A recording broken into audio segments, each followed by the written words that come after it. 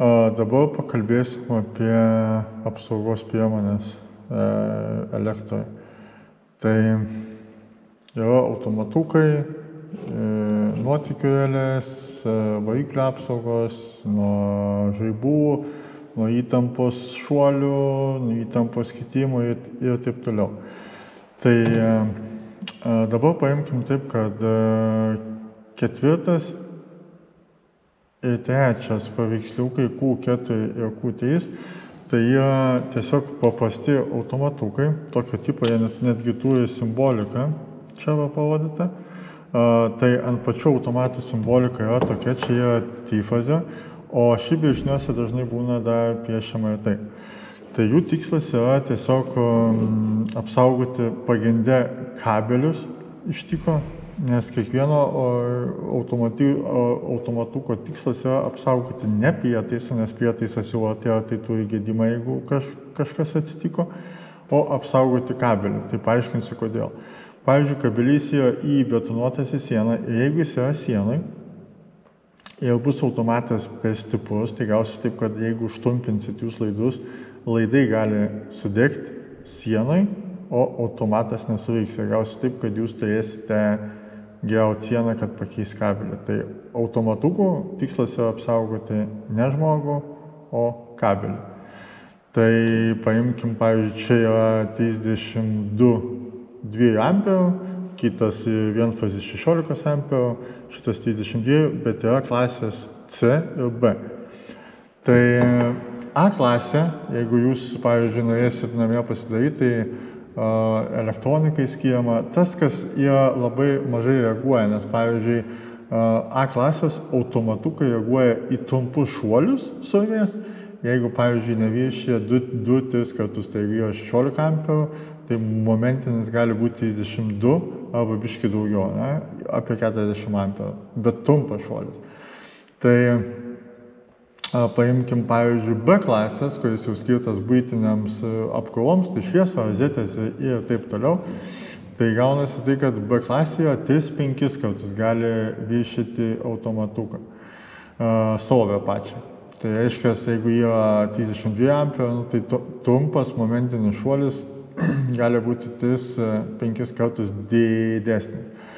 C klasių yra skirtas varikliams arba transformatoriams. Tai esmė tame, kad, pavyzdžiui, varikliai paleidimo metu, kol jie stovi vietoj, jie ima daug srovės.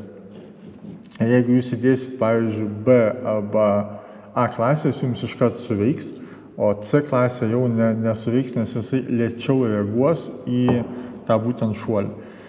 O paimkim D klasę, tai yra dideliems prietaisams paleisti kompresoriams, tie, kurie jau gali viršyti 10-20 kartų tą trumpalaikę srovę, nes, pavyzdžiui, kompresorių paleisti yra ne tik elektros variklį paleisti, bet jis dar turi kompresorių pasukti, tai gaunasi yra slėgis, kuris gali pasipriešinti. Tai va, būtent yra jos skirstumas į tas klases. Tai A, B namie plius minus, C, D jau labiau į pramonę eina. Ir kaip minėjau, jų tikslas yra apsaugoti kabelius. Jie žymimi taip, ant pačio automato žymimi kaip trečias paveiksliukas, bet dažnai schemose sutinkamas yra šitas. Dėl to, kad jis dar veikia kaip šiluminė. Tai sekantį aptarkim nuotėkio relę. Tai nuotėkio relė jau labiau yra skirtas apsaugoti žmogaus gyvybę, o ne kažkokio laido, ne būklę. Tai esmė tame, kad šičia yra 30 mA nuotėkio relė, tai gaunas taip, kad pagal žymėjimą. Nuotėkio relė žymima kaip šitam paveikslėlį Q2. Ir esmė tame, kad jisai matuoja visų fazių srovę. Jeigu jisai pasiėmė per 3 fazes 10 amperų, per neutralą turi grįžti 10 amperų. Tai gaunasi, kad jeigu šitas dalykas nesutampa, paimkim taip, kad jūs palietėt fazinį laidą, reiškia, fazė per jūsų kūną teka į žemę, bet nebegrįžta jisai atgal per neutralą ir jisai iš karto suveiks dėl to, kad atsiranda skirtumas srovių ir jums apsaugos gyvybę.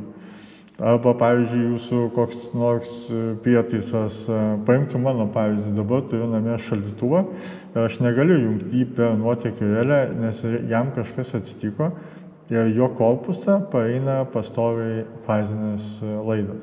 Tai gaunas taip, kad man suveikė šitas, nes būtent pasileidimo metu kažkurioje vietoje gaunas taip, kad per vieną fazę paima paleisti, bet tiek pat nebegrįžta, nuteka į šaldytuvo rėmą, rėmas yra įžemintas, tai reiškia, nueina į žemę ir atsiranda svarbių skirtumas, dėl to jisai suveikia. Tai va, tai šitas yra skirtas labiau padėti apsaugoti gyvybę, nes, pavyzdžiui, ar kažkur vonioji džiovinatės plaukus, nežinau, šlapios grindys, dar kažkas, kad jūs nenukėstumėte tenai, tai šita yra apsauga. Tai ten, pavyzdžiui, 30 mA tai yra namie statoma, o ten jau 400-500 30 mA, ne 300, o 30 mA yra statoma namie, o virš 300 mA jau į pramonę eina labiau į staklynus. Čia yra variklio apsauga. Tai pirmas paveiksliukas. Variklio apsauga tai reiškia taip, kad mes galime rankiniu būdu jungti, išjungti ir nusireguliuoti, kiek srovės jis turėtų suveikti. Tai, pavyzdžiui, jeigu variklis naudoja tą 0,4 mA, tai mes turėtume nusistatyti ant 0,4 su atsuktuvu. Ir esmė yra tame, jis yra skirtas tam, kad jeigu elektros variklis dirba sunkiai, jis pradeda kaisti, kai kaista pradeda plėstis varis, jo pradeda varža keisti, automatiškai pradeda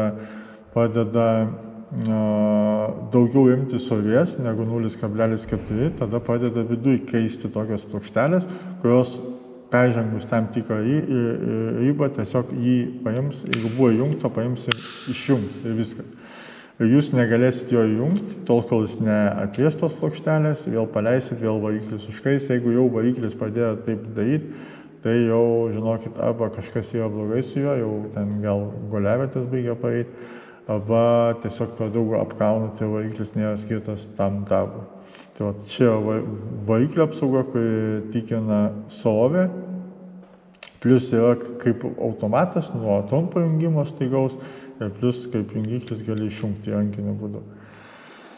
Ir paskutinis čia žymėjimo dabar nėra, tai yra nuo žaibo apsauga. Tai gaunasi toks principas, kad jam pasijungia fazės. Jeigu bus vienfazis, tai bus tik dvi jungtis L ir N. Čia, kadangi trifazis, tai jungiasi 3 fazės. Tada būtinai neutralas jungiasi, ir kitoj pusėje jungiasi žemė. Esmė tame, kad jeigu žaibas ateina ir jisai viršija 275 voltus, viduj sprogsta detalė ir užtrumpina kontaktus taip, kad viskas, kas yra čionai, keliauja į žemę. Tai reiškia, jeigu ateina didelė įtampa, tam, kad nesudegintų jums aparatūros namie, šitas daiktas tiesiog užtrumpina laidus ir jis jau viskas, jis jau bus keičiamas po tokio įvykio, užtrumpina laidus su žeme, visas per didelė įtampa keliauja į žemę, o ne į jūsų namus ir tokiu būdu apsaugome namie prietaisus elektros nuo žaibo išlydžio. Arba, pavyzdžiui, gali būti, kad jūs namie turite trifazį.